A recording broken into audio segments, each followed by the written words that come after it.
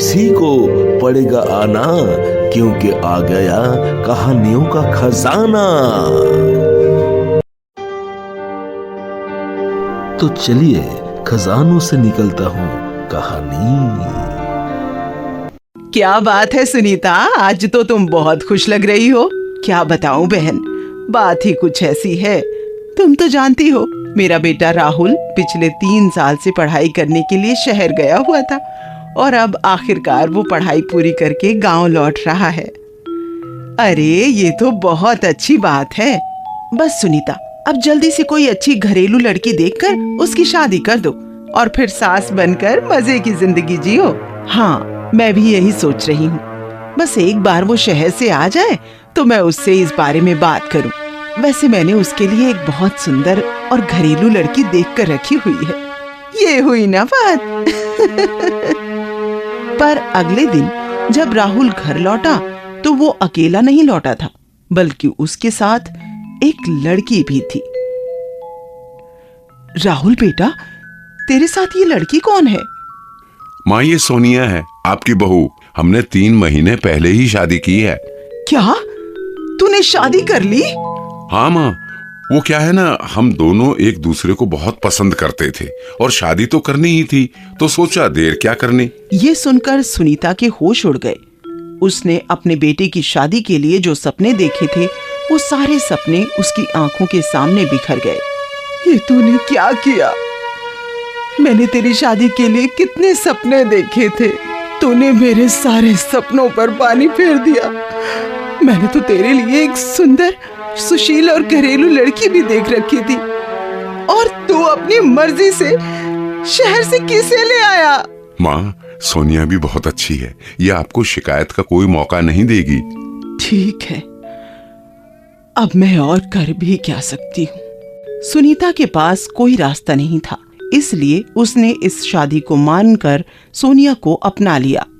क्या तुम्हारे बेटे ने अपनी मर्जी से शादी कर ली, वो भी शहर की लड़की से? अब तो तुम्हें भगवान ही बचाए।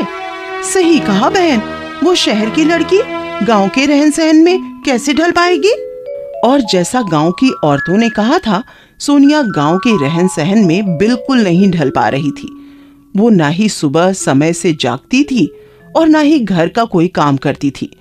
बस सारा दिन सजने संवरने और घूमने फिरने में लगी रहती थी। इस वजह से शहर की बहू और गांव की सास में अक्सर कहा सुनी होती रहती थी, मेरे पास तुम्हें देने के लिए और पैसे नहीं है। रोज रोज तुम्हें पैसे चाहिए और घर का काम तुमसे होता नहीं। महारानी की तरह 10 बजे तुम सोकर जागती हो और फिर सज धज कर सारा दिन यहाँ वहाँ घूमती रहती हो। इसलिए मुझसे आज के बाद 1 रुपया भी मत मांगना। पैसों के लिए आपको नहीं कहूंगी तो किसे कहूंगी? सारा दिन दुकान पर इतने पैसे कमाती हो, अगर उनमें से थोड़े से पैसे मुझे दे दोगी तो आपका क्या जाएगा? और एक बार मेरे पति की नौकरी लग जाने दीजिए, फिर मैं आपके सारे पैसे चुका दूंगी। कहाँ से चुकाओगी? मेरे बेटे से पैसे लेकर मुझे दे दोगी? खुद तो तुमसे कुछ होता नहीं। ऐसी बात नहीं है सासू माँ, मैं चाहूँ तो आपसे ज्यादा अच्छी दुकान चला सकती हूँ और आपसे कहीं ज्यादा पैसे कमा सकती हूँ। दुकान चलाना इतना मुश्किल काम भी नहीं है। तुम तो रहने ही दो बहू, दुकान चलाने के लिए बहुत मेहनत लगती है जो तुमसे नहीं हो पाएगा। शाम को जब राहुल नौकरी की तलाश करके वापस आया तो सास बहू ने उसे सारी बात बताई। ये तुम दोनों किन बातों में पड़ गए? एक दुकान ठीक ठाक चल तो रही है और फिर मेरी भी तो काम के लिए बात चल रही है। जल्दी ही मुझे भी नौकरी मिल जाएगी, ऐसे में एक और दुकान करने की क्या जरूरत है? दुकान न खोलूं तो और क्या करूं? बात बात पर मुझे सासू माँ से पैसे मांगने पड़ते हैं और वो हर बार मुझे इतना सुनाती हैं। अब मैं अपना काम करूंगी और जितने चाहे उतने पैसे खर्च करूंगी। लेकिन सोनिया, अपना काम करना आसान नहीं होता, उसके लिए बहुत मेहनत करनी पड़ती है और मैं तुम्हें जानता हूँ, तुम इतनी मेहनत नहीं कर पाओगी। मैंने भी इससे यही कहा था, लेकिन ये तो जिद पर अड़ी हुई है। हाँ, मैं तो कामचोर ही लगती हूँ। वैसे बेटा राहुल, तूने सही कहा था कि ये मुझे कभी शिकायत का मौका नहीं देगी, क्योंकि शिकायत तो ये सुनती ही नहीं। इसे कुछ बोलो तो इसके कान बंद हो जाते हैं और गलती से कोई बात कान में पड़ भी जाए तो उसे ये दूसरे कान से निकाल देती है। देखिए सासू माँ। माँ का मतलब है कि तुम्हें पैसे चाहिए, तो अगले महीने से मैं तुम्हें पैसे दूंगा, पर तुम ये दुकान का चक्कर छोड़ दो। नहीं, मैंने फैसला कर लिया है। अब तो मैं खुद को साबित करने के लिए अपनी खुद की दुकान करके ही रहूंगी। सुनीता और राहुल ने सोनिया को बहुत समझाया, पर सोनिया नहीं मानी और अगले कुछ दिनों में उसने बाजार में एक दुकान किराए पर लेकर कपड़े बेचने का काम शुरू कर दिया। लेकिन उसकी दुकान बिल्कुल नहीं चली। मेरी दुकान पर तो कोई ग्राहक भी नहीं आ रहा। लगता है मेरी दुकान अभी नई है, इसलिए लोगों को मेरी दुकान के बारे में पता ही नहीं है। कुछ दिन इंतजार करती हूँ। एक बार लोगों को मेरी दुकान के बारे में पता चल गया तो फिर मेरी दुकान पर ग्राहकों की लंबी भीड़ होगी। लेकिन 1 महीने बाद भी उसकी दुकान पर एक भी ग्राहक नहीं आया। इससे उसे बहुत बड़ा नुकसान हुआ। अब अगर सासू माँ को पता चल गया कि मुझे पहले ही महीने में नुकसान हो गया है तो मेरी तो नाक ही कट जाएगी। नहीं, मैं उन्हें सच नहीं बताऊंगी। वैसे भी प्रॉफिट तो मुझे अगले महीने हो ही जाएगा। और फिर दुकान का प्रॉफिट दिखाने के लिए उसने बाजार के एक बड़े सेठ से ब्याज पर पैसे ले लिए और सुनीता और राहुल के पूछने पर उनसे झूठ बोल दिया कि उसे बहुत बड़ा प्रॉफिट हुआ है। क्या सच में? ये तो बहुत अच्छी बात है। हाँ, पर प्रॉफिट हुआ है इसका मतलब ये नहीं कि पैसों को ऐसे ही हवा में उड़ा दोगी। अरे पैसों को संभाल कर रखो। आप चिंता मत कीजिए सासू माँ, मुझे पैसों को संभालने की कोई जरूरत नहीं है, क्योंकि अब हर महीने मुझ पर ऐसे ही पैसों की बारिश होगी। पर अगले महीने भी सोनिया को कुछ खास कमाई नहीं हुई और उसे फिर से बहुत बड़ा नुकसान हुआ।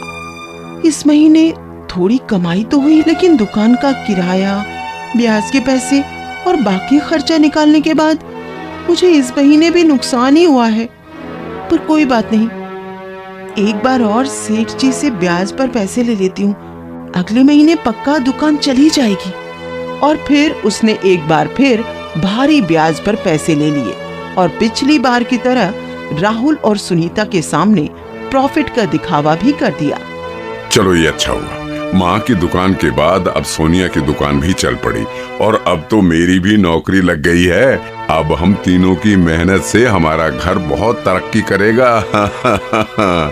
इस तरह सोनिया को अगले कुछ महीनों तक नुकसान होता रहा और कहीं सास के आगे नाक न कट जाए, इसलिए वो सेठ से ब्याज पर कर्जा लेती रही और देखते ही देखते उसका कर्जा बहुत बढ़ गया।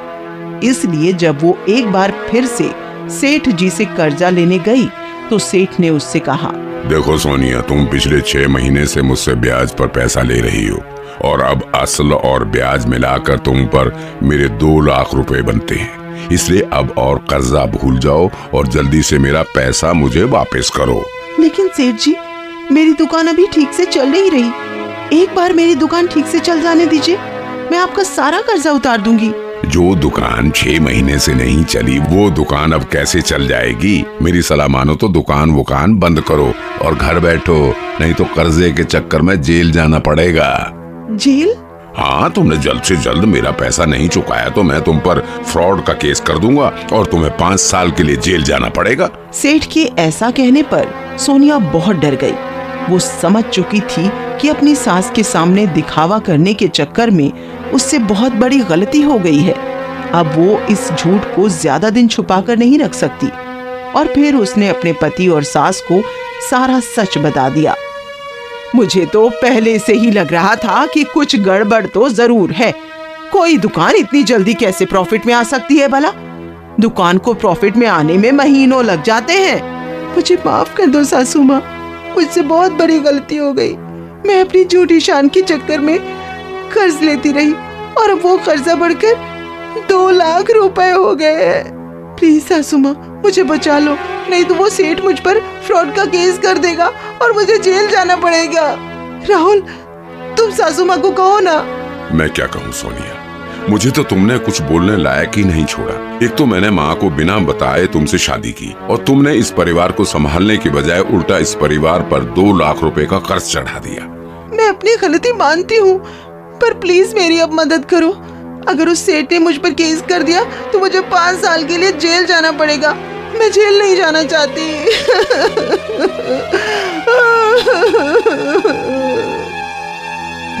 सोनिया को इस तरह रोता देख सुनीता का दिल पिघल गया। चलो कोई बात नहीं, जो होना था वो हो गया। अब बहू तो हमारी ही है और 2 लाख रुपए देना आसान तो नहीं होगा, पर सेठ से बात करके महीने की किस्त कर लेंगे। वैसे भी पैसे तो कभी न कभी आ ही जाएंगे, पर पैसों के लिए हमें रिश्ते नहीं खराब करने चाहिए।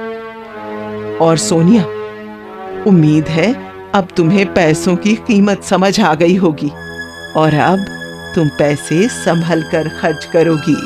जी सासू माँ, मैं समझ गई कि पैसा कमाना कितना मुश्किल काम है।